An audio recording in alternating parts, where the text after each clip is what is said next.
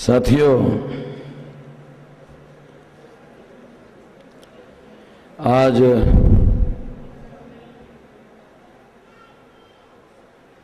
Pune pack के विषय पर बात कहने के लिए हमने विषय रखा है। योगेंद्र जी जो हमारे मित्र हैं, उन्होंने गांधी जी की विचारधारा, गांधीवाद और बहुत सारे मुद्दे उसमें लाए हैं। अगर इस पर बहस करना है तो पूरा दिन भर जो है कम पड़ जाएगा। मैं तो उसमें से केवल एक मुद्दे पर बहस करने के लिए यहाँ रखा हुआ था सब्जेक्ट, मगर कुछ बातें योगेंद्र जी को कुछ इम्पोर्टेंट काम के लिए जाना भी है, तो कुछ मुद्दे जो उन्होंने उठाए हैं उस संबंध में कुछ बातें मैं इस मौके पर जो पुणे पैक के रेफरेंस में मैंने बहुत सारी बातें कही है, जो सीडी में और किताबों में अवेलेबल है, लोग ज़्यादा जानकारी के लिए उसको देख सकते हैं। मगर अभी मैं योगेंद्र जी ने जो मुद्दे उठाए हैं उस रेफरेंस में, क्योंकि उनको जाना है, तो पहले कुछ बातें मैं, बहुत मौलिक बातें हैं जो हम लोगों को जानने और समझने की आवश्यकता है। सबसे पहले तो मैं आप लोगों को ये बताना चाहता हूँ, जैसे योगेंद्र जी ने कहानी बताकर शुरुआत की। चलो, मैं कहानीकार आदमी नहीं हूँ, मगर दिल्ली में हमारे वीर सिंह जी पुराने कार्यकर्ता हुआ करते थे, उनको कहानियों का और नाटक करने का शौक था। और योगेंद्र जी जानते हैं वीर सिंह को दिल्ली में। तो मैंने कहा, भाई देखो, ऐसा है, तुम तो नाटक कलाकार भी हो, नाटक करने के लिए स्क्रिप्ट भी लिखते हो। चलो, मैं एक प्लॉट स्क्रिप्ट लिखने के लिए प्लॉट देता हूँ, एक आइडिया देता हूँ, लिखो तुम। तो उन्होंने कहा, बताओ क्या बात है। तो मैंने उनको बताया, ऐसा है कि गांधी जी को पूछा गया कि क्या आप पुनर्जन्म की कामना करते हो। गांधी जी को पूछा गया, गांधी जी क्या आप पुनर्जन्म की कामना करते हो, और अगर करते हो तो पुनर्जन्म में, अगले जन्म में क्या बनना चाहोगे। तो गांधी जी ने जवाब दिया, एक तो मैं पुनर्जन्म की कामना नहीं करता हूं, और अगर मेरा पुनर्जन्म हो तो एक बंगी के घर में होना चाहिए। गांधी जी ने ये कहा। तो इस रियल स्टेटमेंट को आधार बनाकर मैंने प्लॉटिंग करने के लिए, एक स्क्रिप्ट बनाने के लिए कहा। मैंने उनको कहा कि देखो कि गांधी जी को गोडसे ने गोली मारी, यहां से शुरू करो, और गांधी जी मर गए, उनकी आत्मा स्वर्ग में गई। ये सब मैंने कहा, हम तो मानते नहीं है, मगर गई। और जाने के बाद ब्रह्मा के दरबार में गई, और जब गई तो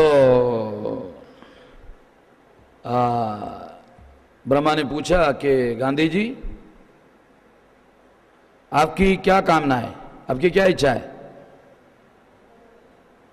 तो उन्होंने कहा कि मैंने ऐसे ऐसे पत्रकार को कहा था कि अगले जन्म में मैं भंगी बनना चाहूंगा, तो अगर आप मुझे भंगी बनाकर भेज सकते हो तो भेज दो।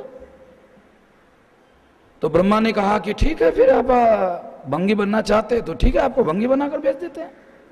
तो गांधी जी भंगी बनकर फिर आ गए, और जब आ गए तो जिधर भी जाते उनको तिरस्कार मिलता। नाले में जाते, नदी में जाते, कुएं पर जाते, हर जगह उनको तिरस्कार मिलता, हर जगह उनको अपमान मिलता, हर जगह कई जगह उनकी पिटाई हो जाती गांधी जी की। मतलब पुनर्जन्म वाला, अगले जन्म वाला गांधी जी, क्योंकि लोगों को थोड़ी मालूम है कि गांधी जी है ये तो भंगी है। तो कई बार, बहुत बार गांधी जी की पिटाई होने के बाद गांधी जी ने कहा कि अब मैं समझ गया हूं कि अंबेडकर इतनी जली कटी बातें क्यों करता था, और अंबेडकर जो कहता था वो सही था, ये समझने के लिए मुझे पुनर्जन्म लेना पड़ा।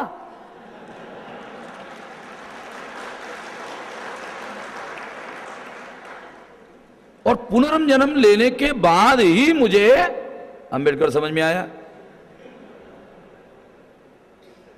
अब मैं आप लोगों को, फिर गांधी जी कहते हैं अपने वो स्क्रिप्ट में, अब मैं आप लोगों को ये कहना चाहता हूं कि मेरी विचारधारा अप्रासंगिक हो गई है। अब तुम अंबेडकर की विचारधारा को मानकर आगे बढ़ो। इस तरह से गांधी जी अंबेडकर की विचारधारा के प्रचारक बन जाते हैं। ये मेरी कहानी, योगेंद्र जी ने एक कहानी बनाई, मुझे लगा मैं भी एक कहानी बना करके आप लोगों को पेश कर दूं। तो मैं कहानीकार नहीं हूं, योगेंद्र जी भी रिसर्च स्कॉलर है, वो भी कहानीकार नहीं है। उन्होंने कोई नागराज नाम के आदमी हैं, उन्होंने उनकी कहानी आपको बताई। साथियों, योगेंद्र जी ने ये बात से शुरुआत की कि गांधी जी और बाबा साहब अम्बेडकर का मैं कोई अनुयायी नहीं हूँ, अब भक्त नहीं हूँ, या बहुत सारे लोग जैसा है। तो मैं आप लोगों को ये बताना चाहता हूँ कि बामसेव के द्वारा मैं बहुत खुली बातें करने का आदी हूँ। हम लोग बाबा साहब आम्बेडकर के भक्त लोग नहीं हैं, और महाराष्ट्र में ये बात बोलना बहुत बड़ी जोखिम लेने वाला मामला है, क्योंकि महाराष्ट्र में अनुयायी खत्म हो गए, भक्त ही भक्त है। अभी अनुयायी है नहीं है, जो है वो भगत लोग हैं। तो इसलिए भक्तों के सामने ये बोलना ये जोखिम लेने वाला मामला है। और इसके लिए भी एक किस्सा मैं आप लोगों को सुनाना चाहूंगा कि बाबा साहब अम्बेडकर दीक्षा भूमि पर जहां धर्म परिवर्तन का कार्यक्रम होने वाला था, तो उनकी निगरानी में वो जमीन तैयार करने का काम चल रहा था। तो डेली वो होटल से निकलकर मॉर्निंग में अखबार लेते और वो ग्राउंड पे जाके एक रेलिंग चेयर जो है, रेलिंग चेयर लेकर उस पर रेलिंग से बैठते और ऐसा अखबार पढ़ते थे। तो उधर काम चलते रहता जमीन तैयार करने का। तो नागपुर में अफवाह फैल गई कि बाबा साहब अम्बेडकर वो ग्राउंड में है। तो हजारों की संख्या में ये बाबा साहब अम्बेडकर अखबार पढ़ रहे, ऐसा लंबा चेयरिंग, लंबे पैर ऐसा करके, लाठी नीचे रख के। साइड में तरुण भारत का एडिटर मारखोलकर बैठा हुआ है, जेमिनी जानते हैं, नागपुर के हैं, मारखोलकर एडिटर था, वो बैठा हुआ है। तो बाबा साहब अम्बेडकर वो अंग्रेजी पेपर पढ़ रहे हैं और ऐसा वो खोल के ऐसा लंबा, उस समय वो अखबार की साइज भी थोड़ी बड़ी हुआ करती थी, अभी थोड़ी छोटी हो गई है, लंबा खोल कर बैठते थे। तो लंबी लाइन लग गई, एकदम शांति से लंबी लाइन लग गई। एक एक आदमी बाबा साहब अम्बेडकर का जो पैर है उसको थोड़ा सा टच किए बगैर ऐसा लगाता, फिर जाता, शांति से लंबी लाइन लगी हुई, ऐसा लगा था और चला जाता, चला जाता। बहुत देर बाबा साहब अम्बेडकर अखबार पढ़ने में, कंसंट्रेशन में तल्लीन है, उनको पता ही नहीं क्या चल रहा है, क्योंकि वो अखबार ऐसा सामने पड़ा हुआ है, ऐसा जो लंबी लाइन है वो अखबार के सामने पड़ी हुई है। थोड़ी देर बाद अखबार पढ़ना हो गया तो वो ऐसा जो लंबा था ऐसा ऐसा हो गया, फोल्ड किया बाबा साहब ने, ऐसा करके देखा तो लंबी लाइन लगी हुई और लोग दर्शन कर रहे हैं। वो उनकी जो लाठी पड़ी हुई थी वो लाठी उन्होंने उठाई और जोर से मारना शुरू कर दिया। जो लोग ऐसा कर रहे थे उनको मारना शुरू कर दिया। तो मारखोलकर ब्राह्मण था। जब लोग भाग गए तो बाबा साहब आम्बेडकर को, पत्रकार भी था, उसने पूछा बाबा साहब को, बाबा साहब कि आपको जैसे भक्त मिले हुए हैं ऐसे भक्त तो दुनिया में किसी को मिले हुए नहीं है, तो आपने इन लोगों को लाठी से क्यों मारा? मुझे तो समझ में नहीं आ रहा, क्योंकि दूसरों को तो मिलते नहीं है, आपको मिले हुए हैं। तो बाबा साहब अम्बेडकर ने श्वास लेकर के कहा कि मारखोलकर, ऐसा है, ये जो जितने दर्शन करने वाले लोग हैं ये भक्त लोग हैं, और महापुरुषों की भक्ति करने वाले जो लोग होते हैं उनका सत्यानाश हो जाता है। बाबा साहब अम्बेडकर ने मारखोलकर को कहा, और ये लोग ऐसा मानते हैं, ये लोग ऐसा मानते हैं कि मैं भगवान हूं और मैं ही इनका उद्धार कर सकता हूं और कोई भी इनका उद्धार नहीं कर सकता, ये ऐसा मानते हैं। ये जो उनका विचार करने का तरीका है, इससे उनका सत्यानाश हो जाएगा। इसके पहले कि इस विचार से उनका सत्यानाश हो जाएगा, ये उनके मन की धारणा को मैं खत्म करना चाहता हूं, और इसलिए मैं खत्म करना चाहता हूं। अगर वो प्रयास करे, दीर्घ उद्योग करे, परिश्रम करे, तो वो स्वयं अपना उद्धार करने लायक बन सकते हैं। और मगर उनकी ऐसी सोच है कि मैं भगवान हूं और मैं ही उनका उद्धार कर सकता हूं, ये जो उनकी धारणा है ये बहुत खतरनाक धारणा है, इससे उनका सत्यानाश हो जाएगा। ऐसा नहीं होना चाहिए, इसलिए मैं आज ही लाठी से इनको पीट रहा हूं, ताकि उनकी धारणा जो बनी हुई है उसको मैं खत्म कर सकूं।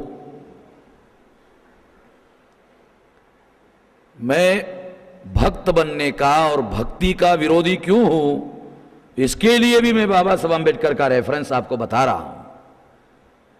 तो इस तरह से साथियों, ये दो बातें हैं। ये बामसेव के द्वारा हम ये नहीं कहते कि हम बाबा साहब अम्बेडकर के भक्त हैं, हम कहते हैं हम अनुयायी है। अनुयायी किसको बोलते हैं? जो महापुरुषों का अधूरा रहा कार्य पूरा करने की कोशिश करता है उसको बोलते हैं अनुयायी। हम अपने को अनुयायी बोलते हैं, भक्त नहीं मानते।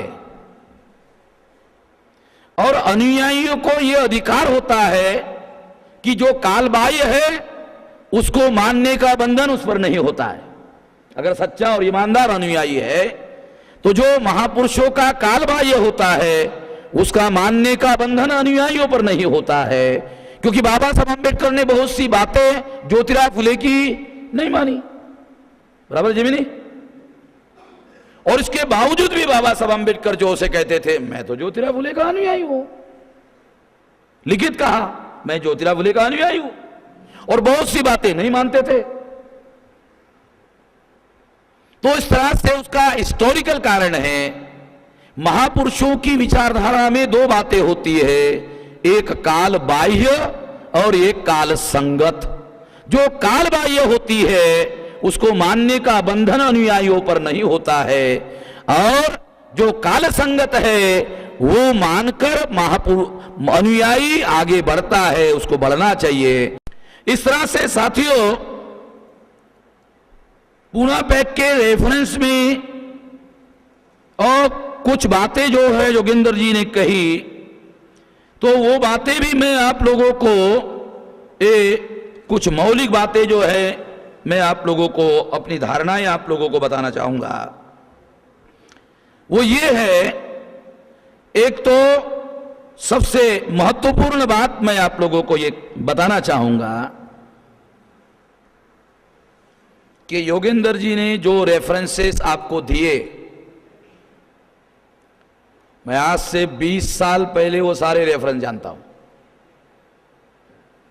जो रेफरेंसेस योगेंद्र जी ने दी, जिसके आधार पर आपको कुछ बातें समझाने की कोशिश की, और महाराष्ट्र में ये मुद्दे बहुत पहले से डिस्कशन और डिबेट का विषय है, और इस डिस्कशन और डिबेट से हम लोग बहुत आगे निकल चुके हैं बहुत। मगर ये नॉर्थ इंडिया में अभी ये मामला प्राइमरी स्टेज पर है, और ये चर्चा और डिबेट के विषय होने चाहिए। और हम लोग अगर कोई नहीं बनाए तो हम जरूर बनाएंगे, और बनाना जरूरी है। इसलिए साथियों, क्योंकि लोग गांधी जी के साथ जुड़े हैं, गांधी जी वर्ण व्यवस्था के साथ जुड़े हैं। शेड्यूल कास्ट के लोग गांधी जी के साथ जुड़े, शेड्यूल ट्राइब के लोग गांधी जी के साथ जुड़े, ओबीसी के लोग गांधी जी के साथ जुड़े, और गांधी जी वर्ण व्यवस्था के साथ जुड़े। तो हमको तो खड्डे में ही ले जाएंगे भाई, क्योंकि हम उनके साथ जुड़े हुए हैं। इसलिए गांधी जी के मरने के बाद भी एससी एसटी ओबीसी के बहुत सारे लोग आज भी गांधी जी ने कांग्रेस के साथ जोड़े। गांधी जी चले गए, मगर गांधी जी ने कांग्रेस के साथ जोड़े, वो अभी भी है, वो अभी भी है। और ये धरोहर भी गांधी जी की है, इसको हम इनकार नहीं कर सकते। और इस वजह से हमारा वर्तमान खतरे में पड़ रहा है, धोखे में आ रहा है, बहुत संकट में आ रहा है। ये बात भी साथियों हम लोगों को जानना और समझना बहुत जरूरी है। गांधी जी जब उपवास के लिए बैठे थे तो दिल्ली से सरदार पटेल गांधी जी को मिलने के लिए, यहां से शुरू करूंगा क्योंकि बहुत सारे लोग क्या करते हैं, गांधी जी ने जो बयान दिए उन बयानों के बारे में वो कभी इस बात को छानबीन नहीं करते कि आखिरकार गांधी जी ने जो बयान दिए, क्या गांधी जी उसके साथ में किस तरीके का व्यवहार कर रहे हैं। एक गांधी जी का बयान है और एक गांधी जी का व्यवहार है। तो प्रोफेसर लास्की का नाम पॉलिटिकल साइंस के स्टूडेंट योगेंद्र जी है। तो प्रोफेसर लास्की बहुत बड़ा थिंकर हुए हैं लंदन इंग्लैंड के। उनका एक सेंटेंस है, बहुत अहम है, हम लोगों को बहुत समझना जरूरी है। एक सेंटेंस है, क्या कहते हैं, the acts of the mens is a real interpretation of their thought. The acts of the mens is a real interpretation of their thoughts. इसका क्या मतलब है, ये आदमी जो विचार अभिव्यक्त करता है वो उसकी वास्तविक विचारधारा नहीं है। उसकी वास्तविक विचारधारा वो है जो आचरण में व्यवहार करता है। लोग, किसी व्यक्ति ने विचार अभिव्यक्त किए, उसको उसकी महानता को सिद्ध करने के लिए सबूत के तौर पर पेश करता है, ये पर्याप्त नहीं है। ये जरूरी है विश्लेषण में, मगर ये पर्याप्त नहीं है। उसका व्यवहार उसके साथ मेल खाता है या नहीं है, ये जांच करना बहुत जरूरी है। इसलिए आपको बता रहा हूं, क्योंकि योगेंद्र जी ने बहुत सारी बातें बताई। अगर मैं एक ही मुद्दा बता दूं तो सारी की सारी बातें अप्रासंगिक हो जाएगी, इतनी भयानक बात है।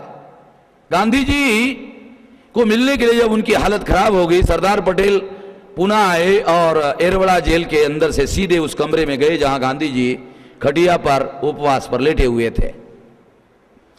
सरदार पटेल का गांधी जी के साथ एक किस्म से पिता तुल्य संबंध था और वो उनको बापू कहते थे। सरदार पटेल ने ही गांधी जी को बापू कहना शुरू किया, उनको बापू कहते थे। तो जब उनने उनकी हालत देखी तो उनको रहा नहीं गया सरदार पटेल को। सरदार पटेल ने गांधी जी को कहा कि गांधी जी, स्वर्ण हिंदू और अछूतों के बीच में आपने अपना सैंडविच क्यों बनाया, छोड़ दो। आजादी के लिए आपका प्राण बचना बहुत जरूरी है, सरदार पटेल ने गांधी जी को कहा। तो गांधी जी को लगा कि मैं उपवास क्यों कर रहा हूं, सरदार पटेल को समझ में नहीं आ रहा है। इसलिए गांधी जी ने बाजू में बैठे हुए महादेव भाई देसाई को इशारे से कहा, जरा मुझे उठाकर बिठाओ। तो गांधी जी को महादेव भाई देसाई ने उठाकर बिठाया और जो पीलो थी वो एक दो पीलो पीठ के पीछे रख करके उनको सहारे से बिठाया और फिर गांधी जी बोलने लगे। कमरे में 3 ही लोग थे, गांधी जी, महादेव भाई देसाई और सरदार पटेल, और कोई चौथा आदमी नहीं था। और इसका मतलब है ये सीक्रेट वार्तालाप चल रहा था, ये बाहर जाने वाला भी नहीं था, क्योंकि सरदार पटेल बहुत ज्यादा विश्वस्त व्यक्ति थे गांधी जी के, जो डायलॉग होगा वो बाहर नहीं जाने वाला। क्या हुआ, गांधी जी ने उनको कहा, सरदार तुम समझ नहीं रहे हो, गांधी जी की असली आत्मा बोल रही है अभी। गांधी जी बाहर जैसा बोलते हैं वो अंदर नहीं बोलते, तो गांधी जी को असली समझना है तो वो डायलॉग समझना बहुत जरूरी है। गांधी जी ने कहा, सरदार तुम समझ नहीं रहे हो, जल्दी ही देश को आजादी मिलने वाली है। अगर तुमको समझ में नहीं आ रहा है तो मेरी आंखों से देखो, जल्दी मिलने वाली है और तुम लोग इस देश के हुक्मरान बनने वाले हो। अगर सेपरेट इलेक्टोरेट दलितों को, अछूतों को मिल गया तो जानते हो क्या होगा? सेपरेट इलेक्टोरेट पहले से ही मुसलमानों को मिला हुआ है। केवल सेपरेट इलेक्टोरेट केवल मुसलमानों को नहीं मिला था, सेपरेट इलेक्टोरेट मुसलमानों को था, सिखों को था, एंग्लो इंडियन को था, क्रिश्चियनों को था, व्यापारियों को था, लैंडलॉर्ड को भी था, इतने सारे लोगों को था। और मगर गांधी जी ने रेफरेंस कितना दिया कि सेपरेट इलेक्टोरेट मुसलमानों को भी है, और अगर अनटचेबल लोगों को सेपरेट इलेक्टोरेट मिल गया तो अछूत और मुसलमान गुंडे, मेरा शब्द नहीं है ये मेरा शब्द नहीं, गांधी जी का शब्द है, अछूत और मुसलमान गुंडे संसद में इकट्ठा हो जाएंगे,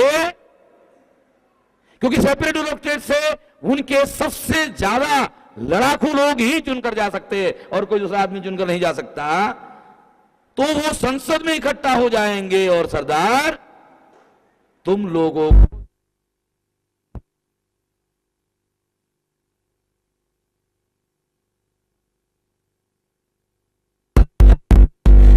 योगेंद्र जी जानते हैं कि 93 में एसपी बीएसपी की सरकार उत्तर प्रदेश में आई, बीजेपी के लोग विरोध में थे, उन्होंने गुंडागर्दी करने का प्लान बनाया। काशीराम जी को पता चला कि बीजेपी अपोजिशन में गुंडागर्दी करने का प्लान बनाया है, तो उन्होंने मुलायम से बात की, अपने लोगों को कहा कि बीजेपी के लोगों की विधानसभा में पिटाई करना है। काशीराम जी ने हमारे अपने लोगों को कहा कि इनकी पिटाई करो विधानसभा में। तो इतनी पिटाई हुई विधानसभा के अंदर, वो इतिहास था, मैं इसका समर्थन करने के लिए नहीं बोल रहा हूं, मैं एक घटना बता रहा हूं। इतनी पिटाई हुई, इतनी पिटाई हुई, इतनी पिटाई की कि केसरीनाथ त्रिपाठी जो विधानसभा का उसके पहले सभापति रह चुका आदमी था, उसको स्ट्रेचर पर लिटाकर मेडिकल में, हॉस्पिटल में एडमिट करना पड़ा और 1 महीने तक वो एडमिट था, इतनी पिटाई की गई। तो मैं ये बात समझाने के लिए बताता हूं कि गांधी जी ने आंख लगाई और सरदार को कहा, सरदार अगर तुम्हें अपनी आंखों से दिखाई नहीं दे रहा है तो आंख लगा लो और मेरी आंखों से देखो। देखो 93 में एसपी बीएसपी की सरकार उत्तर प्रदेश में आई, और जब आई तो उन्होंने विरोधी पार्टी के भी, भारतीय जनता पार्टी के लोगों को इतनी पिटाई की, इतनी पिटाई की, इतनी पिटाई की कि केसरीनाथ त्रिपाठी को मेडिकल में, हॉस्पिटल में एडमिट करना पड़ा। और अगर अछूत और मुसलमान गुंडे संसद में आ गए तो ऐसी ही हालत कांग्रेस के नेताओं की हो जाएगी संसद में। ये 3 लोग बैठे थे और गांधी जी और सरदार पटेल चर्चा कर रहे थे, और महादेव भाई देसाई ये सारे डायलॉग महादेव भाई देसाई अपने डायरी में लिख रहे थे। अब गांधी जी नहीं है, महादेव भाई नहीं है और सरदार पटेल भी नहीं है, वो डायरी रह गई, वो डायरी रह गई। और डायरी रह गई तो डायरी में वो बात हमारे एलिनॉर जिलियट आई अमेरिका से, उसने वो डायरी ढूंढ कर निकाली और वो सारा डायलॉग उसने अपने रिसर्च पेपर में, एलिनॉर अमेरिका की प्रोफेसर, उसने अपने रिसर्च पेपर में लिखा। अब उसने रिसर्च किया बाबा साहब आंबेडकर के मूवमेंट पर और हमारे पढ़ने में नहीं जाएगा, ऐसे कैसे हो सकता है? तो हमारे पास वो सारा रेफरेंस है। तो इस तरह से ये घटना मैं आप लोगों को किस लिए बता रहा हूं कि ये घटना गांधी जी के पब्लिक में दिए हुए बयान में से बयान नहीं है।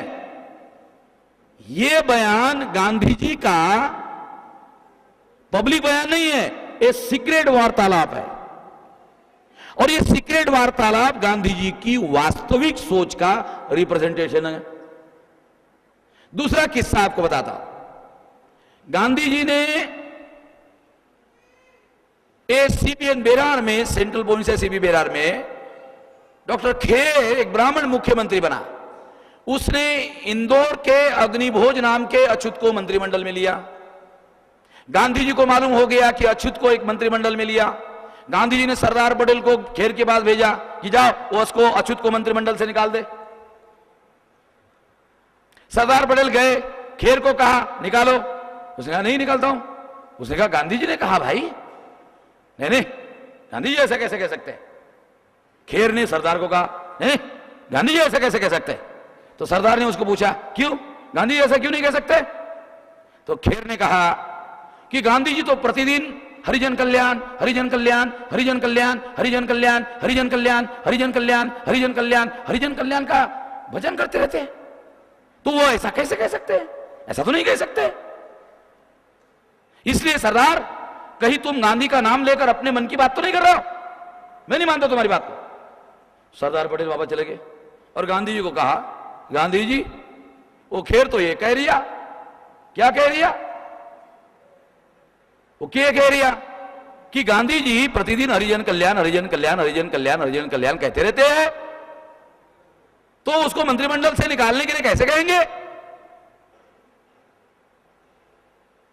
जब सरदार पटेल ने गांधी जी को कहा, गांधी जी ने कागज लिया, लिखा भाई खेर तुम सही कहते हो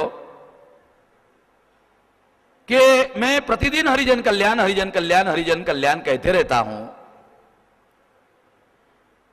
और जब मैं कहता हूं तो हरिजन लोग मेरे कहने से खुश हो जाते हैं।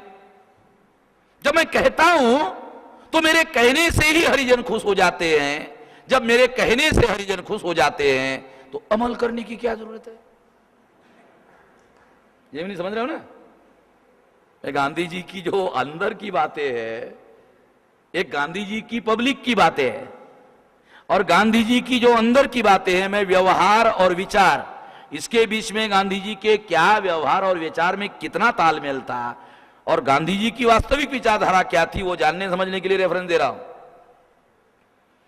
अच्छा, बाबा साहब आंबेडकर को ये सीक्रेट लेटर जो करस्पॉन्डेंस हुआ खेर में और गांधी जी के बीच में, ये बाबा साहब आंबेडकर को कैसे मालूम हो गया?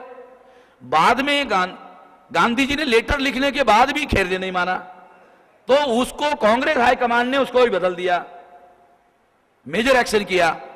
तो वो लेटर करस्पॉन्डेंस खेर ने बाबा साहब आंबेडकर को आकर दे दिया।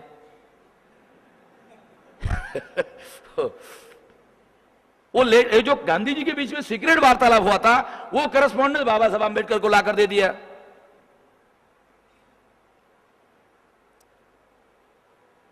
गांधी जी का पुत्र बाबा साहब आंबेडकर को मिलने के लिए दादर में आया और वो शराबी था। बाबा साहब आंबेडकर को पैसे मांगा।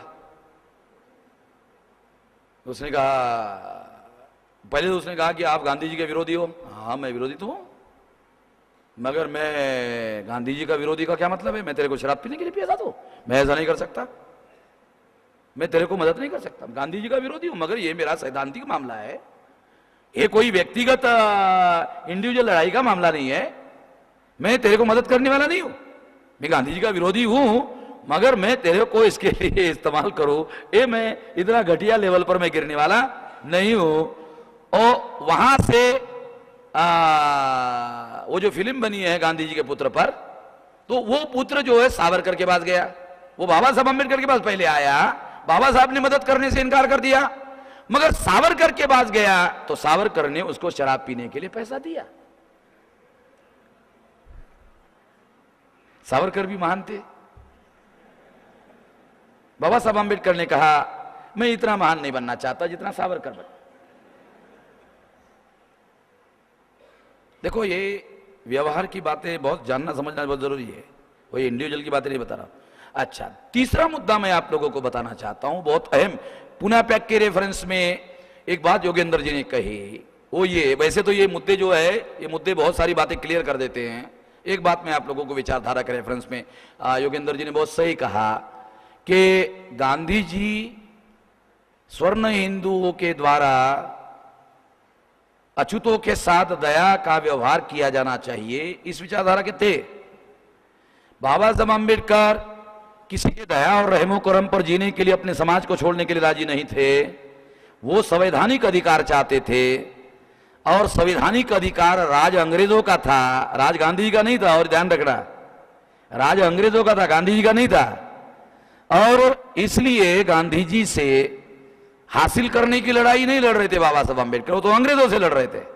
और अंग्रेजों के मुंह पर जाके लंदन में जाकर कहा कि तुम इंडिया में आने के पहले जो हालत थी, कौन सा सुधार किया तुम लोगों ने? तुम तो अपने को बहुत महान मानते हो।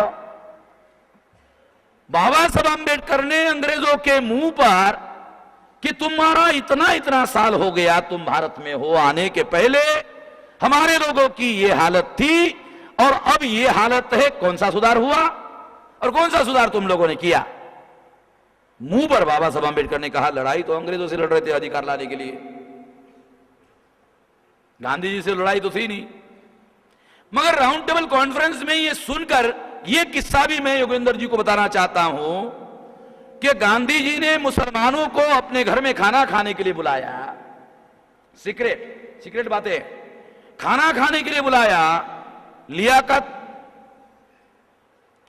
मौलाना लियाकत, शायद मौलाना लियाकत या एग्जैक्टली, हाँ लियाकत अली खान, मौलाना लियाकत अली खान वो डेलीगेशन के लीड करते थे। बुलाया उनको और गांधी जी ने खाना खिलाया और खाने में गाय का मांस खिलाया।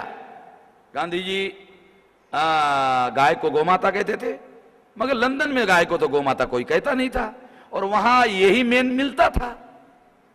तो उसको खिलाया, और खिलाने के बाद गांधी जी ने लियाकत को कहा कि मुझे तुम्हारी सारी बातें मंजूर है और सारी मांगे मंजूर है।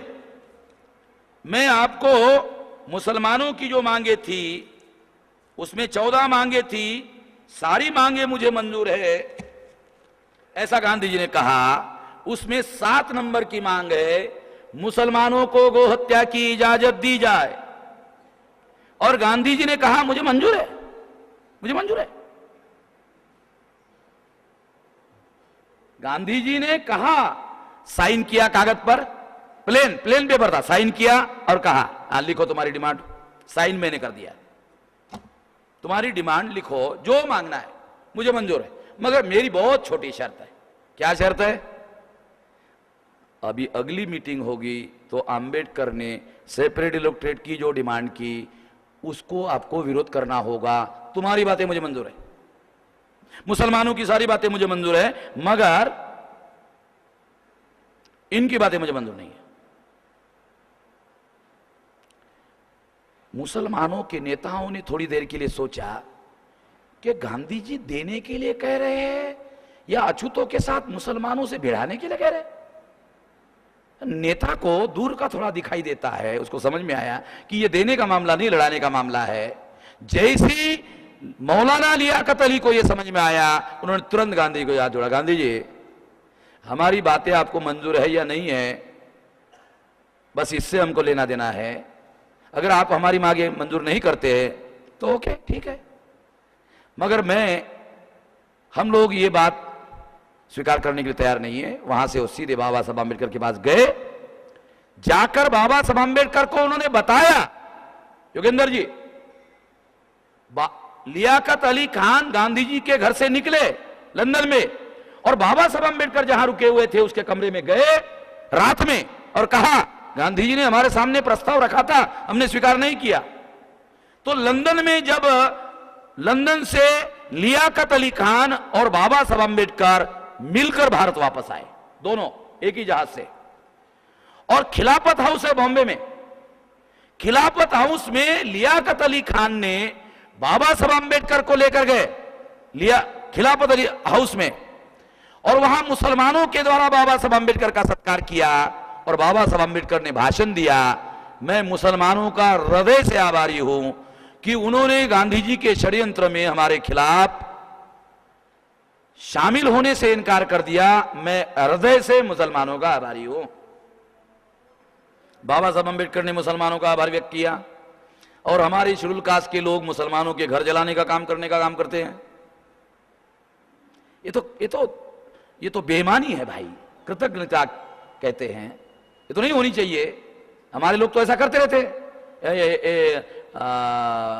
ब्राह्मणवादी लोगों के कहने के बाद इशारे पर ऐसा करते रहते। बहुत सारे बैकवर्ड और शेड्यूल कास्ट के लोग बाबरी मस्जिद गिराने के काम में भी थे, रिकॉर्डेड बातें। तो इस तरह से ऐसी बहुत सारी बातें हैं जिसे प्रमाणित होता है कि गांधी जी की विचारधारा और व्यवहार में बहुत अंतर था। एक बात और, अभी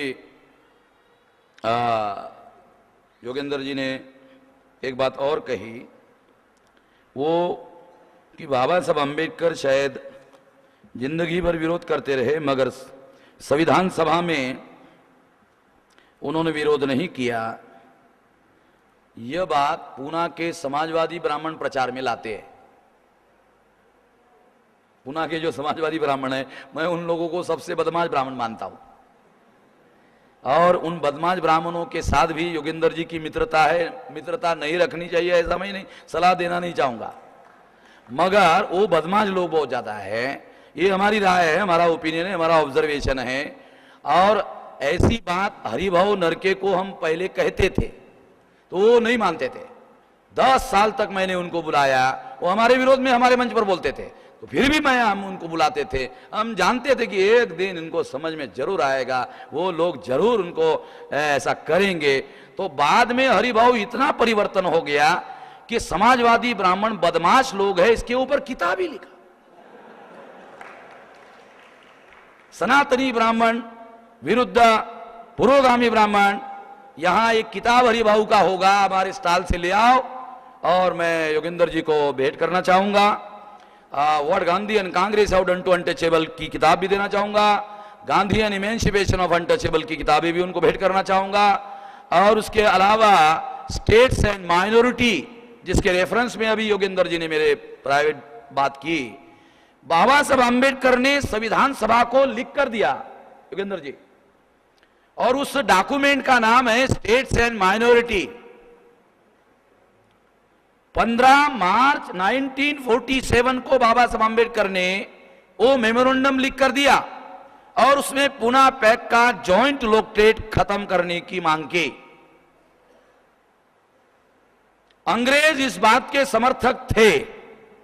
और खास बात आप लोगों को बता दो, बाबा साहब अम्बेडकर ने जो संविधान सभा को रिटर्न मेमोरेंडम दिया उसके अंग्रेज समर्थक थे, और मुसलमान पाकिस्तान लेकर जाने वाले थे। इसलिए पार्टी 3 थी, अंग्रेज, कांग्रेस और बाबा साहब अम्बेडकर। 3 पार्टी थी। 3 में 2 पार्टी अगर एक साथ हो जाती है तो उसके समर्थन में फैसला हो सकता था। गांधी जी इस बात को जानते थे, इसलिए गांधी जी ने माउंटबेटन के साथ में गुप्त समझौता किया, और गांधी जी ने गुप्त समझौते के तहत अंग्रेजों को अपने समर्थन में खड़ा कर दिया। समझौता क्या था कि मैं भारत के टुकड़े करने के लिए मेरे शरीर के टुकड़े हो सकते हैं मगर मैं राजी नहीं हूं, हो जाए मैं कोई बात नहीं। ऐसा बयान देने के बाद गांधी जी को माउंटबेटन ने चर्चा करने के लिए बुलाया। चर्चा करने को जाने के पहले गांधी जी ने मौलाना आजाद को बुलाया। मौलाना को कहा, मौलाना अगर मैं भारत के टुकड़े करने का विरोध करूं तो किसका साथ दोगे? तो मौलाना का आपका साथ दूंगा। मौलाना का समर्थन लेकर गांधी जी माउंटबेटन को मिलने के लिए गए। माउंटबेटन और गांधी जी के बीच में सौदेबाजी हुई। सौदेबाजी क्या हुई ये बाद में पता चला। गांधी जी बाहर आए। बाहर आने के बाद उन्होंने कोई बयान नहीं दिया कि मेरे शरीर के टुकड़े हो सकते हैं मगर भारत के टुकड़े नहीं होने दूंगा। ये बयान गांधी जी भूल गए। ये दोबारा बयान नहीं दिया, गांधी जी भूल गए। गांधी जी ने कांग्रेस महासमिति की मीटिंग दिल्ली में बुलाई। ये जानकारी भी योगेंद्र जी के लिए बहुत इंपॉर्टेंट होगी। 15 बाबा साहब आंबेडकर, देखो हिस्ट्री में विश्लेषण में तारीखें बहुत महत्वपूर्ण होती है। बाबा साहब आंबेडकर ने 15 मार्च 47 को मेमोरेंडम दिया और गांधी जी ने भारत के टुकड़े करने का प्रस्ताव 15 जून 47 को किया, 3 महीने के बाद। तारीख है बहुत इंपॉर्टेंट चीज मैं आप लोगों को बता रहा हूं। लिखा है 15 जून 47 को कांग्रेस महासमिति ने 15 के विरुद्ध 157 मतों से भारत के विभाजन को स्वीकार किया। गांधी जी के कहने पर कांग्रेस महासमिति की मीटिंग बुलाई गई थी। गांधी जी महासमिति की मीटिंग में उपस्थित थे और गांधी जी के कहने पर ही भारत के टुकड़े करने का प्रस्ताव पारित किया गया। अगर गांधी जी समर्थन नहीं करते तो कांग्रेस महासमिति में भारत के टुकड़े करने का प्रस्ताव पारित होना संभव बिल्कुल नहीं था। ओवरवेलमिंग मेजॉरिटी गांधी जी की थी और गांधी जी को मानने वाले ही लोग उधर थे। गांधी जी के ही इशारे पर जवाहरलाल ने माउंटबेटन को भारत के टुकड़े करने की योजना को पहले स्वीकार किया, बाद में सरदार पटेल ने स्वीकार किया। दोनों ने स्वीकार किया। मैं आपको कहना चाहता हूं कि जवाहरलाल और सरदार पटेल आमतौर पर गांधी जी की बातों का विरोध नहीं करते थे और अगर करते थे तो उनकी चलती नहीं थी, क्योंकि सारा का सारा कांग्रेस महासमिति में गांधी जी का बहुमत था। गांधी जी के ही कहने पर सरदार पटेल का पत्ता काटकर गांधी जी ने जवाहरलाल को प्रधानमंत्री बनाया था। गांधी जी ने अगर वेटो पावर का इस्तेमाल नहीं किया होता तो जवाहरलाल किसी भी स्थिति में प्रधानमंत्री नहीं बन सकते थे। रिकॉर्डेड बातें हैं। ओके, योगेंद्र जी को जाना है। तो इस तरह से गांधी जी ने भारत के टुकड़े करने का प्रस्ताव पारित करके क्या किया, रिकॉर्डेड बातें आपको बता रहा हूं। हमारा जो पुनः पैक्ट का जॉइंट इलेक्टेड का मामला है उसका पत्ता साफ किया और भारत के नए संविधान में जो 46 को लॉर्ड वेवेल ने तीसरा हिस्सा सत्ता में देने का भी वचन दिया था, उसका पत्ता गांधी जी ने काट दिया। मैं भारत के टुकड़े करने के लिए राजी होता हूं, आप अछूतों को आजाद भारत में अलग राजनीतिक अधिकार देने के लिए तैयार ना होना। अगर ऐसा होता है तो ही मैं भारत के टुकड़े करने के लिए राजी होता हूं। ये जो गुप्त समझौता हुआ उसके बाद ही गांधी जी ने भारत के टुकड़े करने का प्रस्ताव पारित किया और हमारे अधिकारों का बलि दिया। योगेंद्र जी को जो इंफॉर्मेशन चाहिए थी वो बोल रहे थे मेरे पास डॉक्यूमेंट है, काल्पनिक नहीं, डॉक्यूमेंट है मेरे पास। कांग्रेस के जो अधिकृत हिस्टोरियन है पट्टाभी सीतारामैया, उन्होंने लिख के रखा कि गांधी जी के कहने पर प्रस्ताव पारित किया गया। और ये हम मान भी सकते हैं कि गांधी जी नहीं कहेंगे और कांग्रेस में प्रस्ताव पारित हो जाएगा। ऐसे कैसे हो सकता है? तो इस तरह से हमारे अधिकारों का बलि देने के लिए गांधी जी ने भारत के टुकड़े किए। बदनामी मुसलमानों की। मौलाना आजाद ने किताब लिखा। किताब में मौलाना आजाद ने लिखा मेरे मरने के 30 साल बाद पब्लिश करना खतरनाक मामला है, जल्दी मत करना। 30 साल के बाद मौलाना की किताब पब्लिश हुई। मौलाना ने लिखा गांधी जी चाहते तो भारत के टुकड़े नहीं होते। जो खतरनाक बात थी, गांधी जी चाहते तो भारत के टुकड़े नहीं होते। इसका दूसरा मीनिंग जानते हो? गांधी जी ने चाहा तो ही भारत के टुकड़े हुए। मगर मौलाना को पता नहीं मालूम है या नहीं मालूम, हमारे अधिकारों का बलि देने के लिए गांधी जी ने भारत के टुकड़े करने की बात को स्वीकार किया। योजना क्या थी कि अगर भारत के टुकड़े कर दिए जाते हैं तो जो मुसलमान है, मुस्लिम लीग वाले मुसलमान है, अभी भारत के अंदर जो मुस्लिम है, मैं उन मुसलमानों की बात नहीं कर रहा हूं, मुस्लिम लीग वाले जो मुसलमान थे जिन्होंने 650 साल तक जिन मुसलमानों ने भारत पर राज किया, मुस्लिम लीग बनाने वाले वो लोग थे और वो ब्राह्मणों से ज्यादा राजनीति जानते थे। नेहरू ने सोचा अगर इतने जानकार मुसलमान भारत में रहते हैं और इन जानकार मुसलमानों के साथ में अगर शेड्यूल कास्ट के लोग ऑल इंडिया में चुनाव मिलजुल कर लड़ते हैं तो कई राज्यों में मुस्लिम लीग और शेड्यूल कास्ट की ज्वाइंट गवर्नमेंट आ जाएगी। और दिल्ली के लोकसभा में कांग्रेस को पूर्ण बहुमत नहीं मिलेगा, पूर्ण बहुमत नहीं मिलेगा। और यह आशंका सरदार पटेल ने अपने एक भाषण में व्यक्त की, ये मेरे पास रिकॉर्ड है।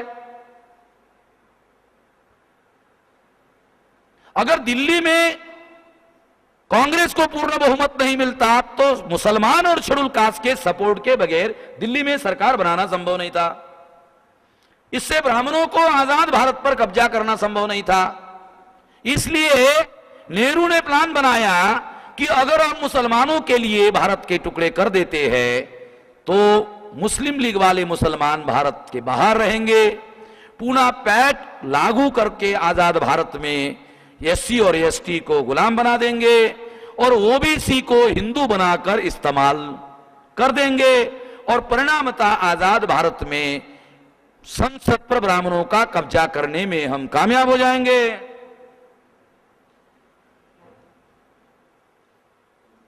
ये नेहरू ने सोचा। नेहरू ने आगे ये भी सोचा, उसके भी डॉक्यूमेंट्री एविडेंस मेरे पास है। क्या सोचा? शेड्यूल कास्ट के साथ साथ अदर बैकवर्ड कास्ट के लोग अगर मुसलमानों के साथ आजाद भारत में मिलजुल कर चुनाव लड़ते हैं और मुस्लिम लीग वाले भारत में रहते हैं तो क्या होगा? ब्राह्मणों का सारे भारत से सफाया हो जाएगा। नेहरू ने दूर तक देखा। नेहरू ने क्या देखा? दूर तक देखा। 47 में नेहरू ने दूर तक देखा कि लालू चड्डी पहने बगैर घूम रहे हैं और आने वाले समय में ये एक नेता बन जाएगा, मुसलमानों के साथ मिलजुल कर चुनाव लड़ेगा तो बिहार से कांग्रेस का सफाया हो जाएगा। नेहरू जी ने दूर तक देखा। नेहरू जी ने मुलायम सिंह यादव को देखा, ऐसा यूपी में भी हो जाएगा। और क्या हुआ जानते हो? बिहार में और यूपी में लालू ने मुसलमानों के साथ मिलजुल कर चुनाव लड़ा। अगर मुस्लिम लीग के साथ चुनाव लड़ते तो वह ज्यादा भयानक रिजल्ट आते। मुलायम ने भी ऐसे किया। बिहार में कांग्रेस का वाइप आउट सफाया हो गया। लखनऊ में यूपी में मुलायम ने सफाया कर दिया। कितना सफाया किया? सोनिया को लालू को टिकट मांगनी पड़ती है। सोनिया को लालू को टिकट मांगनी पड़ती है और आरपीआई वाले सोनिया को टिकट मांगते हैं। ये मेरा बड़ा अजीब मामला है। ये बहुत सारे हमारे जो नेता लोग हैं, महान लोग हैं, उनको समझ में नहीं आता। उनके सामने हो रहा है कि सोनिया जी लालू को टिकट मांग रही है और आरपीआई के लोग सोनिया को टिकट मांग रहे हैं। सोनिया लालू को टिकट मांगती है, मुलायम को टिकट मांगती है। ये हमारे सामने हो रहा है। तो इसका मतलब है नेहरू ने जो दूर तक देखा कि मामला केवल शेड्यूल कास्ट का नहीं है और इस वजह से नेहरू ने क्या किया? ऑब्जेक्टिव रिजोल्यूशन में आश्वासन दिया था कि ओबीसी को भी संविधान में अधिकार दिया जाएगा। बाबा साहब अम्बेडकर ने आरोप लगाया नेहरू पर कि नेहरू ने संविधान सभा में ऑब्जेक्टिव रिजोल्यूशन में दिए हुए सभी आश्वासनों का पालन किया, एक छोड़कर। ओबीसी के लिए नेहरू ने संविधान सभा में जो आश्वासन दिया था उसके साथ नेहरू ने धोखा किया। मैं काल्पनिक बातें नहीं बोल रहा हूं, मेरे पास डॉक्यूमेंट्री एविडेंस है। ये ऐसा नेहरू ने क्यों किया? नेहरू ने सोचा अगर रिजर्वेशन एससी एसटी की तरह ओबीसी को लागू हो जाता है तो प्रशासन में 50% लोग SC ST OBC के आ जाएंगे। प्रशासन में जो ब्राह्मण है उसका वर्चस्व खत्म हो जाएगा। तो प्रशासन के द्वारा जो धोखेबाजी हम कर रहे हैं भारत में, उस पर चेक लग जाएगा अंदर से। और प्रशासन में जब इनके SC ST OBC के लोग जाएंगे तो प्रशासन में जाने से और 50 साल के अनुभव से राजनीतिक सत्ता का स्वाद उनको पता चल जाएगा। राजनीतिक सत्ता के स्वाद का प्रशासन के अंदर रहकर पता खूब चलता है, क्योंकि मिनिस्टर आदेश देता है IAS को, तो पता चलता है। ऐसा होने से उन लोगों के अंदर पॉलिटिकल एस्पायरेशन डेवलप होता है, और डेवलप होने के बाद में वो अपनी महत्वाकांक्षाएं पूरी करने के लिए राजनीति में कूद जाते हैं। आखिरकार उत्तर प्रदेश में मायावती की सरकार आई, ये लाने का श्रेय किसका? तो काशीराम जी IAS की परीक्षा में बैठे, प्रिलिमिनरी पास किया और बीच में ही झगड़ा हो गया, नहीं तो IAS हो गए होते, मगर IAS नहीं बन पाए और IAS के बजाय उन्होंने राजनीति में कूद गए और राजनीति में कूदकर अपनी पॉलिटिकल फिजा बनाई, राजनीति में सत्ता हासिल की। इसका मतलब जो है, मैं जो सिद्धांत समझा रहा हूं उसका प्रैक्टिकल उदाहरण भी दे रहा हूं। अगर शेड्यूल कास्ट और शेड्यूल ट्राइब के जो हाईली एजुकेटेड एडमिनिस्ट्रेटिव लोग अगर ऐसा करते हैं तो राजनीतिक सत्ता हासिल करना आसान हो जाता। अगर यही बात OBC को आरक्षण लागू हो जाता तो OBC का मामला भी इनके साथ साथ चरम पर पहुंच जाता और इनको भी फायदा होता। नेहरू ने ये दूर तक देखा और इसलिए OBC के लोगों को संविधान में आरक्षण देने से इनकार कर दिया। ये धोखाधड़ी पूना पैक्ट की वजह से OBC के साथ में हुई। गांधी ने संविधान सभा में OBC के लोगों को टिकटें नहीं दी। रिसर्च करने वाले जो लोग हैं, मैं रिसर्च करने वाले लोगों को सलाह दूंगा। क्या सलाह दूंगा? केवल बयानों का रिसर्च मत करो। जो बयान दिए जा रहे हैं वो बयान देने वाले आदमी के व्यवहार को उस बयान के साथ ऐसा टैली करो। गांधी जी जाति व्यवस्था के विरोधी हुए तो क्यों हुए जानते हो? जाति व्यवस्था ने वर्ण व्यवस्था में विकृति पैदा की, इसलिए मैं जाति व्यवस्था का विरोधी हूं। कुछ समझ में आया? तुम्हारे लिए नहीं, तुम्हारे लिए नहीं, वर्ण व्यवस्था का समर्थन करने के लिए गांधी क्या कहते हैं? जाति व्यवस्था की वजह से वर्ण व्यवस्था में विकृति आई। अरे हमको सही अर्थ निकालने चाहिए भाई। हमारे बहुत सारे लोगों को सही अर्थ भी नहीं निकालने आते। जाति व्यवस्था, रिपीट करके बता, जाति व्यवस्था की वजह से वर्ण व्यवस्था में विकृति आई, इस वजह से गांधी जी जाति व्यवस्था के विरोधी है। ये क्या तुम्हारे समर्थन में है क्या? बयान का अर्थ हम लोगों को सही ढंग से निकालना चाहिए। ये अर्थ नहीं निकलता जो अर्थ निकाला जा रहा है। तीसरी और महत्वपूर्ण बात मैं आप लोगों को बताना चाहता हूं, वो ये है कि गांधी जी ने क्या कहा कि अगर अंतरजातीय विवाह होता है और अगर कोई अंतरजातीय विवाह करता है तो मैं उनको आशीर्वाद दूंगा, अगर कोई करता है तो। लोगों को समझ भी नहीं आता भाई। गांधी जी ने यह नहीं कहा मैं जैसे उपवास करता था दोबारा 21 दिन का उपवास करूंगा और समस्त हिंदू समाज को ऐसा ऐसा हिलाऊंगा कि इंटर जाति विवाह करो। ऐसा कुछ नहीं किया। गांधी जी ने अंतरजातीय विवाह करने के लिए कोई पहल नहीं की। क्या कहा? दूसरे ऐसा करते हैं तो मैं उनको आशीर्वाद दूंगा। अरे उस समझ में, गांधी जी बैरिस्टर था और कैलकुलेटेड बयान देता था। बैरिस्टर की बयान का अर्थ निकालने के लिए बैरिस्टर नहीं तो वकील जरूर चाहिए। और मैं कोर्टम कोर्टी में आधा वकील तो हो ही गया, वो बहुत सारी कॉन्स्टिट्यूशन की इधर उधर की बातें पढ़ते पढ़ते। मैं हमारे एडवोकेट वकील पाटिल साहब यहाँ है, मैंने उनको पूना के कोर्ट में एक केस दी और फिर दिल्ली से मैं पाटिल साहब को मिलने के लिए गया। पाटिल साहब को कहा जो मैं बोल रहा हूं वही कोर्ट में बोलना। नहीं ऐसा कैसे? अरे मैंने कहा भाई वकील आप हो, हम पैसा दे रहे हैं, जो मैं बोल रहा हूं वो उधर बोल देना, मेरे पास सर्टिफिकेट नहीं है, नहीं तो मैं बोल देता। तो उन्होंने ऐसा किया। ऐसा करने के बाद हम केस जीत गए। पाटिल साहब ने मुझे कहा अरे मिश्राम जी आपने जो बताया उससे हमने केस जीत लिया, आपको कैसे समझ में आया? मैंने कहा मैं आधा वकील हूं। पाटिल साहब यहां है, वो वकील पाटिल साहब यहां है, अभी मुझे बाहर मिले थे। तो इस तरह से ये बात मैं इसलिए आप लोगों को बता रहा हूं कि जो गांधी जी थे, गांधी जी बैरिस्टर थे और वकील बहुत कैलकुलेटेड बोलता है।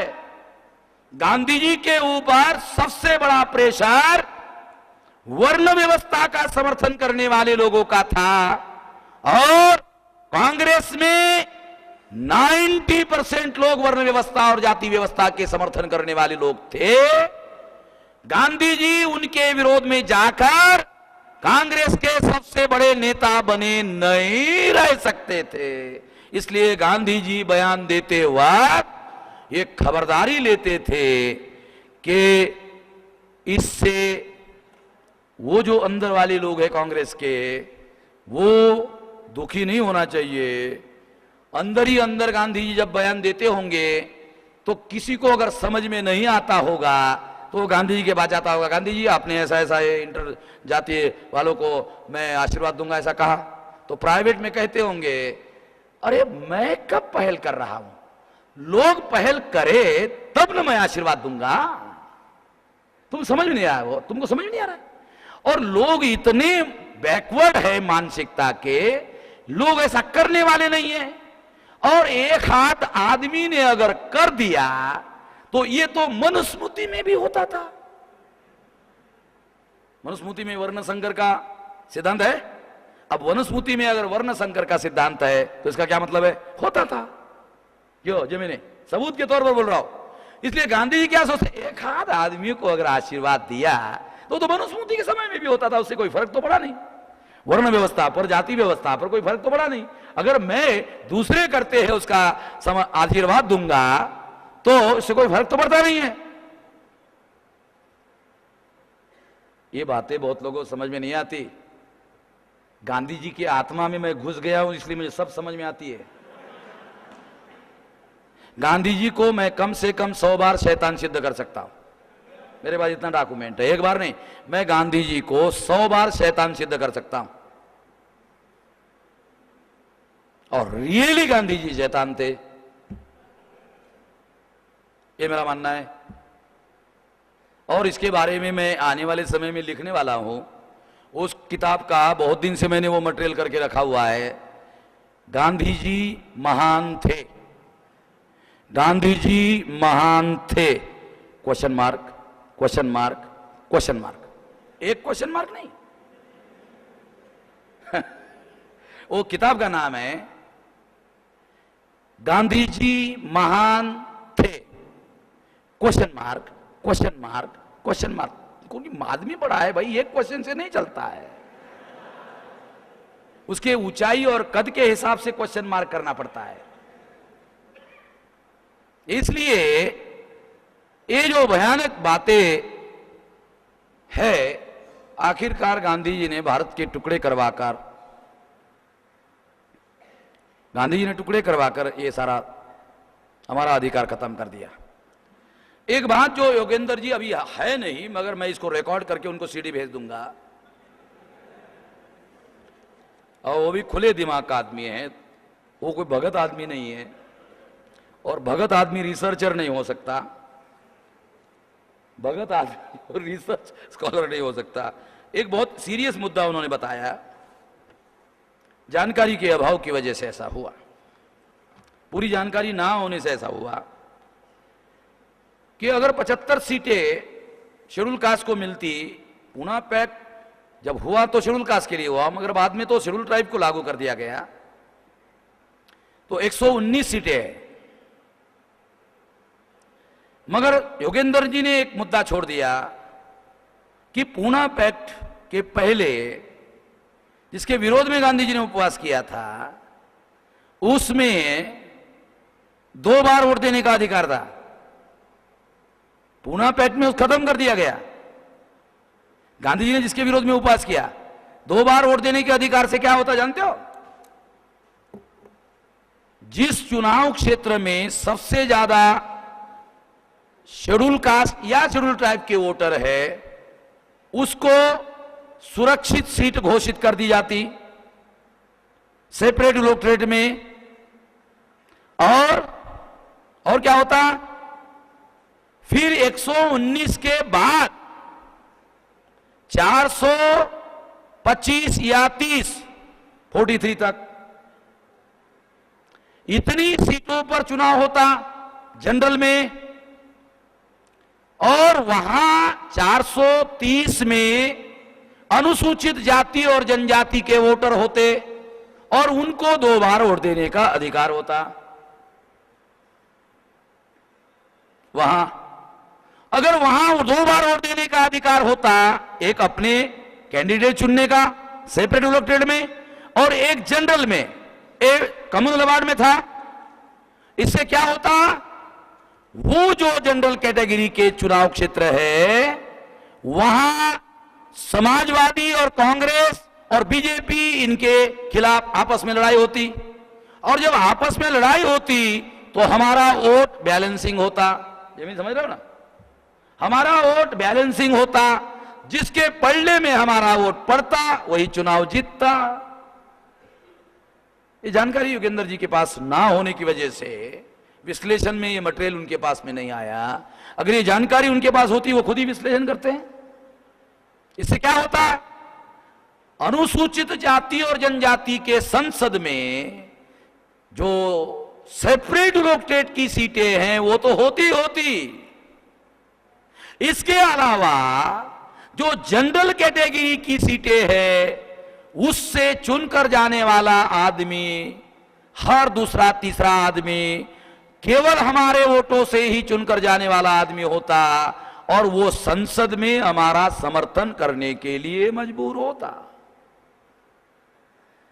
और अभी अगर 5, 7, 10 वोटों से सरकार बननी है या गिरनी है, ऐसे समय में आप समझ सकते हो कि इसका कितना ज्यादा मूल्य था और कितना ज्यादा महत्व था। ये बात बाबा साहब आंबेडकर ने लिख कर रखी। जो बात बाबा साहब आंबेडकर ने लिख कर रखी, वो बात मैं आप लोगों को जो मैं समझा रहा हूं, ये बाबा साहब आंबेडकर ने पहले लिख कर रखी। Now if the Poona pact increase the quota of seats for the untouchable, it took away the right to the double vote given to them by communal award. This increase in seats can never be deemed to be a compensation for the loss of double vote. The second vote given by the communal award was a priceless privilege.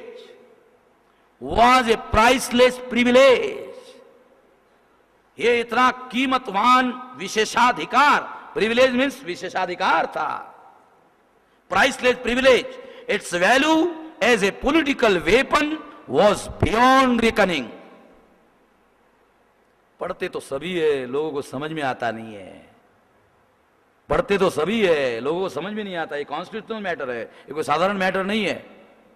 ये लिखा हुआ है, जो मैं बता रहा था आपको, ये लिखा हुआ है। आगे उन्होंने कहा, today the untouchable have a few more seats than were given to them by the communal award, but this is all that they have only. Every other member is different, if not hostile.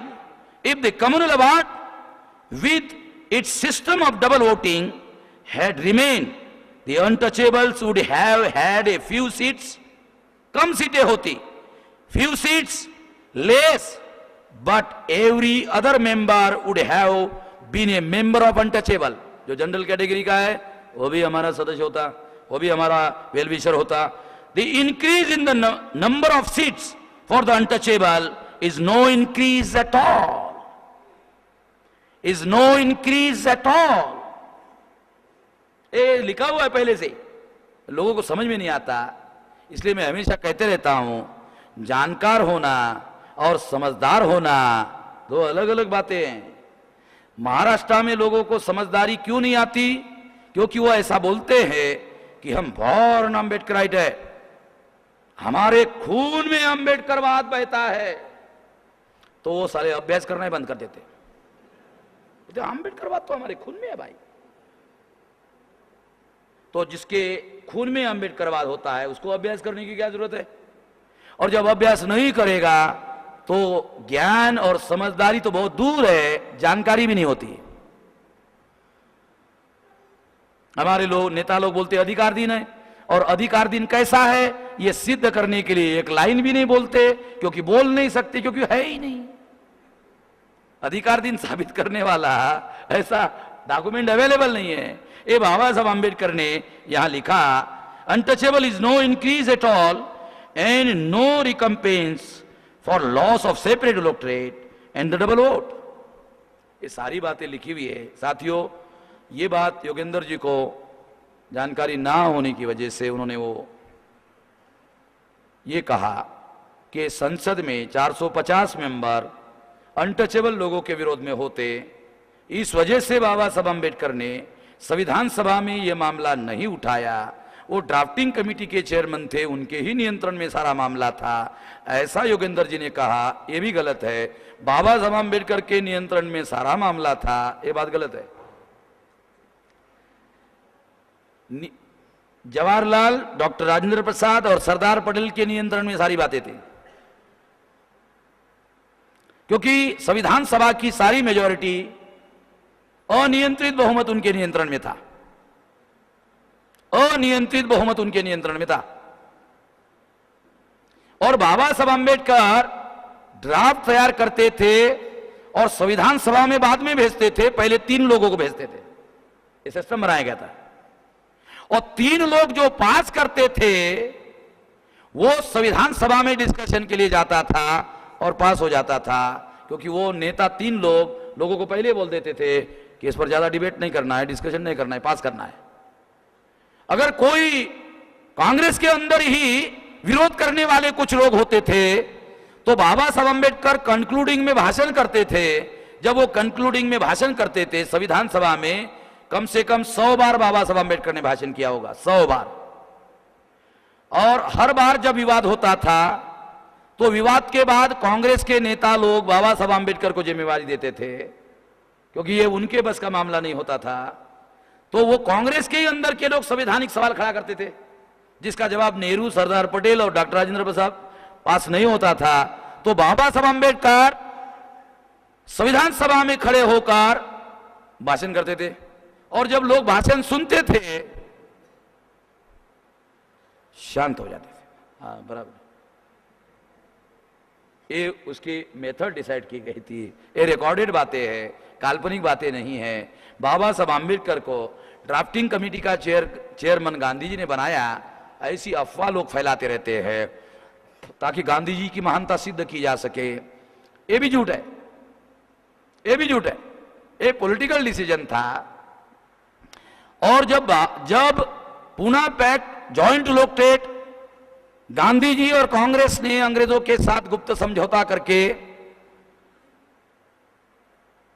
इनकार कर दिया खत्म करने के लिए, तो बाबा Saheb Ambedkar London गए, Mountbatten के विरोध में लंदन गए, और वहां के मंत्रियों को कहा, मंत्रियों ने नहीं माना। विरोधी पार्टी के नेता चर्चिल थे, उनको मिले, उन्होंने नहीं माना। उन्होंने कहा कि मैं विरोधी पार्टी में हूं, मैं कुछ नहीं कर सकता, ज्यादा से ज्यादा संसद में आपका समर्थन करने का भाषण करूंगा, विरोधी पार्टी के तौर पर मैं कुछ नहीं कर सकता। बाबा साहब अम्बेडकर भारत में वापस आए। वापस आकर 2 बयान दिए। नंबर पहला बयान, अंग्रेजों ने हमारे साथ विश्वासघात किया। क्या मतलब? इसका मतलब है सत्ता में तीसरा हिस्सा देने का अभिवचन अंग्रेजों ने जो दिया था उसका पालन अंग्रेजों ने नहीं किया, इस वजह से उन्होंने विश्वासघात हमारे साथ किया। ये बात बाबा साहब अम्बेडकर कह रहे हैं, रिकॉर्ड में है। और दूसरा बयान दिया, क्या बयान दिया? कि हम ऐसे किसी संविधान को मानने के लिए तैयार नहीं हैं जो संविधान हमें कॉन्स्टिट्यूशनल सेफगार्ड देने के लिए तैयार नहीं है। अब बाबा साहब अम्बेडकर ने अपना बयान बदल दिया। पहले बाबा साहब अम्बेडकर कहते थे, क्या कहते थे? पूना पैक्ट का ज्वाइंट इलेक्टेड खत्म करो। अब पूना पैक्ट का ज्वाइंट इलेक्टेड खत्म करने की बात नहीं कह रहे हैं, क्योंकि इस मुद्दे पर गांधी और माउंटबेटन में सौदा हो गया। सौदा होने के बाद माउंटबेटन ने बाबा साहब अम्बेडकर को कम्युनिकेट किया कि आपको हम तीसरा हिस्सा देने वाले नहीं है। तो बाबा साहब अम्बेडकर लंदन गए और वापस आने के बाद में यह बयान दिया कि हम ऐसे किसी संविधान को मानने के लिए तैयार नहीं है जो संविधान हमारे लोगों को कॉन्स्टिट्यूशनल सेफगार्ड नहीं देगा। और इसके खिलाफ बाबा साहब अम्बेडकर ने आंदोलन करने की घोषणा कर दी। जैसी घोषणा कर दी आंदोलन करने की, तो कांग्रेस और अंग्रेज भारत के टुकड़े करने के काम में लगे थे और भयानक फसाद भारत में चल रहे थे। ऐसे सिचुएशन में अंग्रेजों ने और गांधी ने सोचा, कांग्रेस ने सोचा कि अगर और एक तीसरा मोर्चा हमारे खिलाफ अगर शुरू हो जाता है तो परिस्थिति अनियंत्रित हो जाएगी और कंट्रोल करना मुश्किल हो जाएगा। इस वजह से अंग्रेजों ने कांग्रेस के नेताओं पर दबाव डाला और दबाव डालने की वजह से बाबा साहब अम्बेडकर को ड्राफ्टिंग कमेटी का चेयरमैन बनाया गया। वरना 46 के चुनाव में जब बाबा साहब अम्बेडकर ने घोषित किया था कि मैं भी संविधान सभा का चुनाव लड़ूंगा, तो गांधी और कांग्रेस ने बयान दिया था डॉक्टर अंबेडकर के लिए संविधान सभा का दरवाजा ही नहीं, खिड़कियां भी बंद है। दरवाजा तो बंद है ही है, खिड़कियां भी बंद है। जिस कांग्रेस ने यह बयान दिया था कि डॉक्टर अंबेडकर के लिए संविधान सभा के दरवाजे ही नहीं, खिड़कियां भी बंद है, वो लोग बाबा साहब अम्बेडकर को ड्राफ्टिंग कमेटी का चेयरमैन क्यों बनाएंगे जो सदस्य बनाने के लिए तैयार नहीं? बहुत सारे लोग हमारे बातों को सोचते नहीं हैं। अरे जो सदस्य बनकर चुनकर आने के लिए भी राजी नहीं है, आने नहीं देना चाहते। और बाबा साहब अम्बेडकर बंगाल गए, खुलना, जसोर, बोरीशाल और फरीदपुर, वहां से चुनाव लड़ा। वहां मुस्लिम लीग की गवर्नमेंट थी, शेड्यूल कास्ट और मुसलमानों की ज्वाइंट गवर्नमेंट थी। इस वजह से बाबा साहब अम्बेडकर वहां से चुनकर गए और चुनकर जाने के बाद गांधी जी को बहुत गुस्सा आया। गांधी ने आजादी मिलने के बाद वो 4 जिले पाकिस्तान को दे दिए। है किसी को पता? गांधी जी ने वो 4 जिले, जिन 4 जिले के लोगों ने बाबा साहब अम्बेडकर को चुनकर दिया, अप्रत्यक्ष चुनाव था, वो जिले गांधी जी ने पाकिस्तान को दे दिए। कब? आजादी मिलने के बाद। अगर ये काम किसी और ने किया होता तो गांधी जी उनको क्या कहते? कांग्रेस के लोग उनको क्या कहते? देशद्रोही कहते। अगर ये काम किसी और ने किया होता तो गांधी और कांग्रेस उनको देशद्रोही कहते। अगर यही बात गांधी और कांग्रेस को कहा जाए तो लाल हो जाएगी। लाल हो जाएगी, समझते हो? नहीं समझते हो? ज्यादा लंबा खींचना ठीक नहीं है। हमारी वराड़ी भाषा है ये, जेमिनी जानता है ये। लाल हो जाएगी, बंदर की लाल होती है ना, हाँ ऐसी लाल हो जाएगी। तो इस तरह से साथियों ऐसी बहुत सारी बातें हैं। अभी मैं एक किताब लिख रहा हूं, the untold history of India. ये बहुत सारी बातें इसमें लिखने वाला हूं, अनटोल्ड स्टोरी ऑफ इंडिया। अब और ये लिखना ही पड़ेगा। जरा हम लोग प्रचारक लोग हैं, मगर लेखक भी जबरदस्ती से बनना पड़ रहा है। इस तरह से साथियों बहुत सारी भयानक बातें हुई और बहुत सारी भयानक बातें होने के बाद क्या हुआ? पूना पैक्ट अंतिमता लागू कर दिया गया। यहीं पर मामला नहीं रुका, मामला और संविधान लागू हुआ और लागू होने के बाद बाबा साहब अम्बेडकर ने चुनाव लड़ा। कांग्रेस कितने बदमाश लोग हैं जानते हो? कांग्रेस ने टाइम क्या हुआ भाई? मेरा मोबाइल बंद हो गया, खत्म करना होगा। तो गांधी जी ने चौथी पास आदमी बाबा साहब अंबेडकर के विरोध में खड़ा किया है, किसी को पता? चौथी पास, और वो चौथी पास आदमी चुनवा कर लाया। कांग्रेस ने आचार्य नरेंद्र देव के खिलाफ कैंडिडेट खड़ा नहीं किया जो कांग्रेस के विरोध में चुनाव लड़ा। जेबी कृपलानी ने कांग्रेस के विरोध में चुनाव लड़ा मगर उसके खिलाफ कैंडिडेट खड़ा नहीं किया। अच्युत पटवर्धन के खिलाफ कैंडिडेट खड़ा नहीं किया। नेहरू को पूछा पत्रकारों ने क्यों नहीं खड़ा किया, तो क्या जवाब दिया नेहरू ने? नहीं, ये आजादी के आंदोलन में इन्होंने लड़ाई लड़ी इसलिए हम इनके विरोध में कैंडिडेट खड़ा नहीं कर रहे। अगर इन्होंने आजादी के आंदोलन की लड़ाई लड़ी और इसलिए कैंडिडेट उसके विरोध में नहीं लड़ाया तो बाबा साहब आंबेडकर ने संविधान लिखने का इतना महान काम किया, तो संविधान निर्माता आदमी के लिए अगर एक आंबेडकर संविधान लोकसभा में अगर चुनकर गया होता तो क्या बाबा साहब आंबेडकर नेहरू की चड्डी खोलते संसद में? नहीं जाने दिया।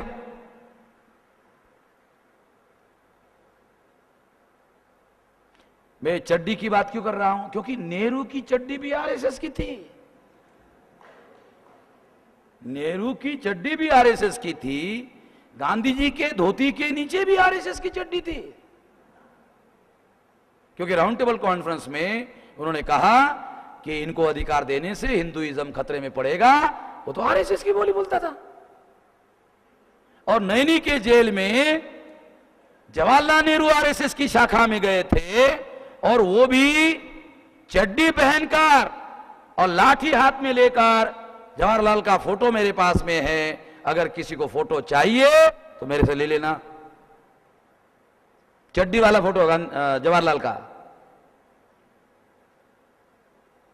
और अभी एक नया फोटो आया, एक साइड में माउंटबेटन, एक साइड में लेडी माउंटबेटन और बीच में जवाहरलाल नेहरू जोकर की तरह खड़ा है। एक फोटो मेरे पास ऐसा है कि लेडी माउंटबेटन सिगारेट पी रही है और देश का प्रधानमंत्री पंडित जवाहरलाल नेहरू वो सिगारेट लेडी माउंटबेटन को जला कर दे रहा है। बे क्या प्रधानमंत्री है भाई, उसको सिगारेट पिलवा रहा है। जिन आदमियों को हमने प्रधानमंत्री बनाया वो ऐसा माचिस जलाकर उसको सिगरेट जलवा रहा है। ये फोटो है, फोटो। इनकार करने का कोई कारण नहीं है। अगर जिनको फोटो चाहिए वो ले लेना मेरे से। अभी हम ऐसा संग्रहालय तैयार कर रहे हैं। अभी बिल्डिंग का ओपन हो गया तो हमारे पास जगह तो आ गई है। तो इसलिए साथियों, बाबा साहब आंबेडकर को अगर गांधी कांग्रेस ने ड्राफ्टिंग कमेटी का चेयरमैन बनाया होता तो चौथी पास आदमी बाबा साहब आंबेडकर के खिलाफ लड़वा कर उनको जितवा कर लाया गया होता। ऐसा संभव होता? हमारे लोग बिल्कुल सोचते नहीं भाई। एक हाईकोर्ट का जज गुजरात में आया और ये बोला, मैंने कहा साला ये हाईकोर्ट का जज है, गधा आदमी है।